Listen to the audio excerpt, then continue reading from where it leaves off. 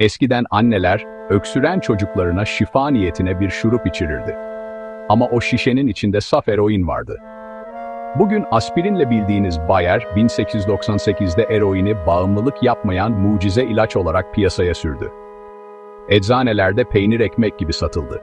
Sonuç felaketti. Milyonlarca insanı ve çocuğu yasal olarak uyuşturucu bağımlısı yaptılar. Gerçek anlaşıldığında çok geçti. Bugün güvendiğin o dev ilaç şirketlerinin temelleri sandığın kadar temiz atılmadı. Akşam Pringles kutusunun mühendislik sırrını anlatacağım. Takipte kal.